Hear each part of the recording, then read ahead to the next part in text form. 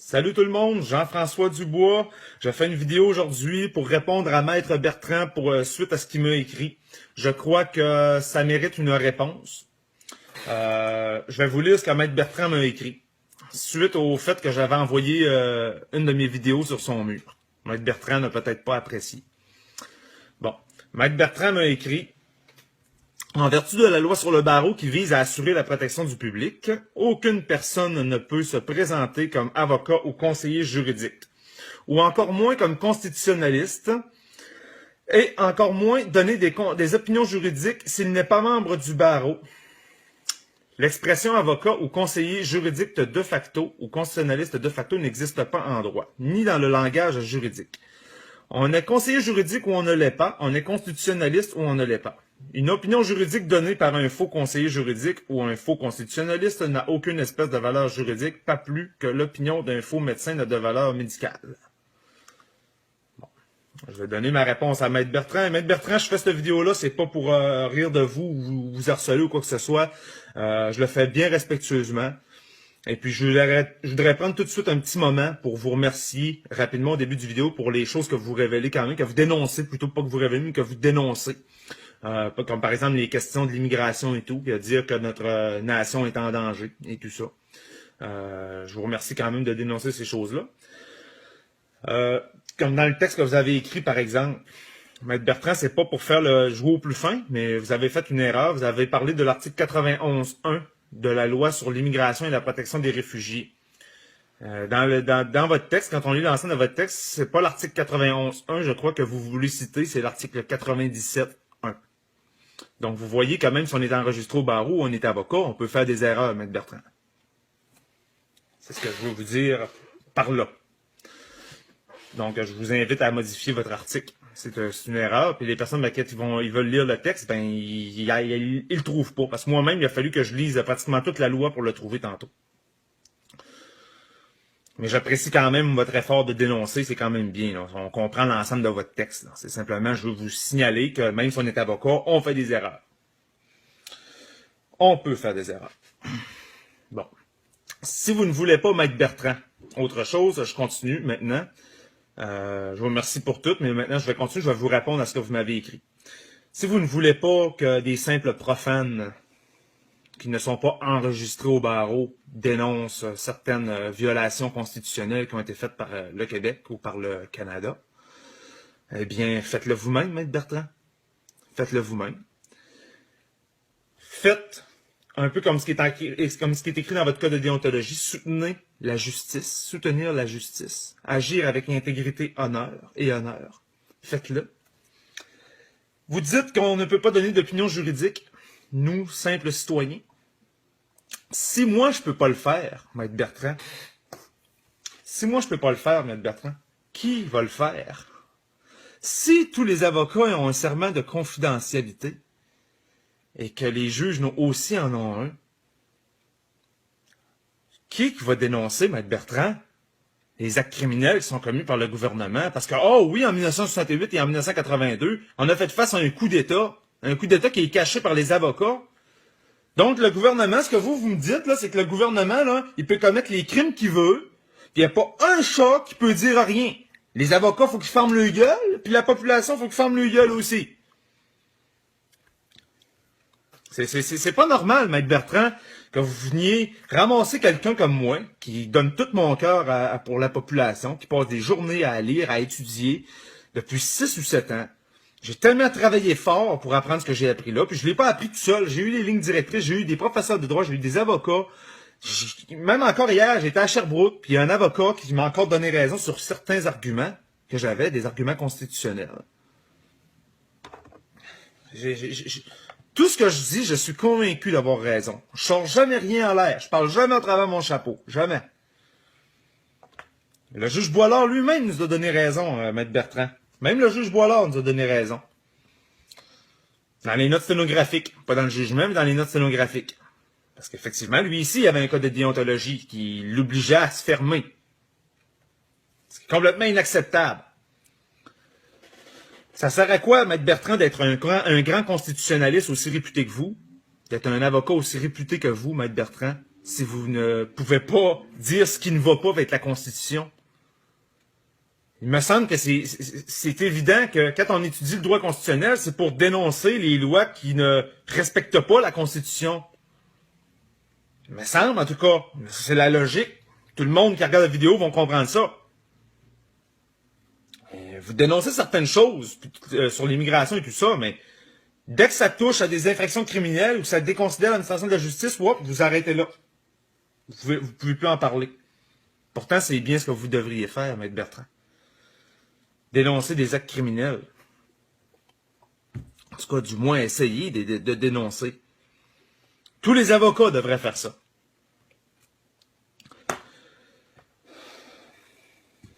Donc, si c'est pas les avocats qui le font, qui va le faire? Je ne sais pas. Je me le demande énormément. Bon, le terme de facto, dans constitutionnaliste de facto et conseiller juridique de facto, ça n'existe pas. Effectivement, vous avez raison.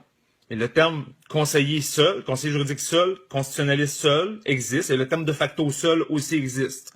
Si je dis que je suis constitutionnaliste de facto et conseiller juridique de facto, c'est par honnêteté envers la population. C'est par honnêteté. Je viens dire là, par là, la population, que je suis constitutionnaliste dans les faits seulement parce que je suis pas enregistré au barreau.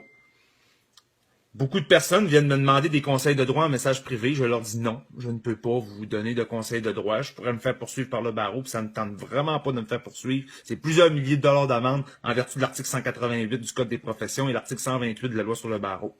L'article 128 et suivant de la loi sur le barreau.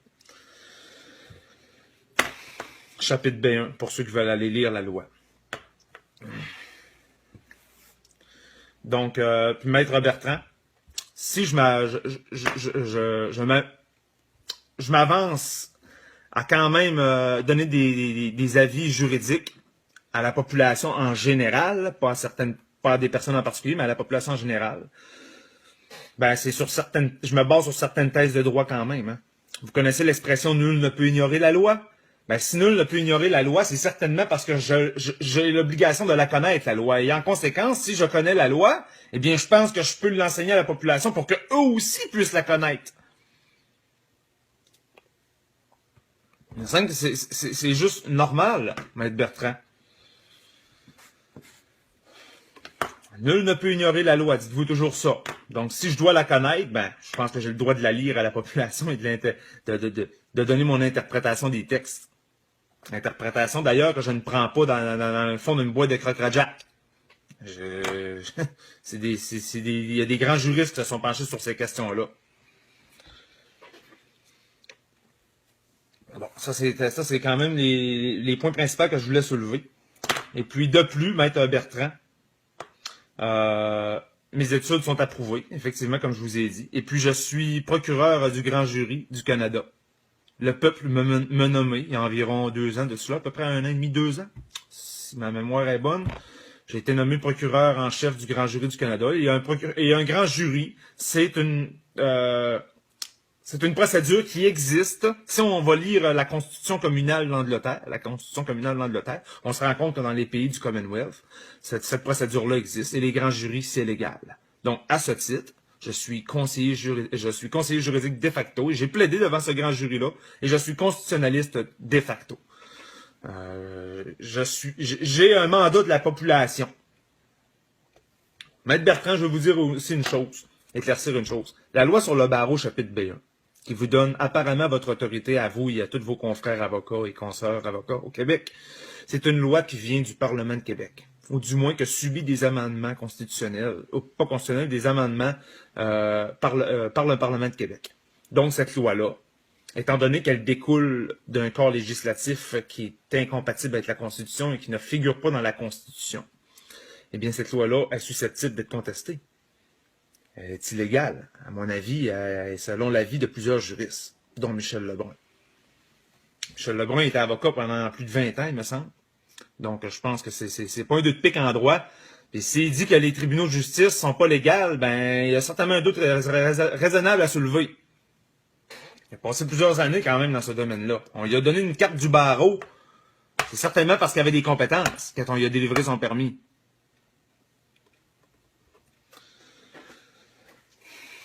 Sauf que lui, ça a été le seul qui a eu l'honnêteté et la sincérité de dénoncer.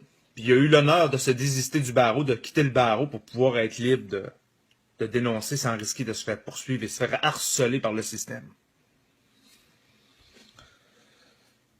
Donc, j'ai un mandat de la population. Ça, c'est quelque chose d'autre que je voulais vous dire.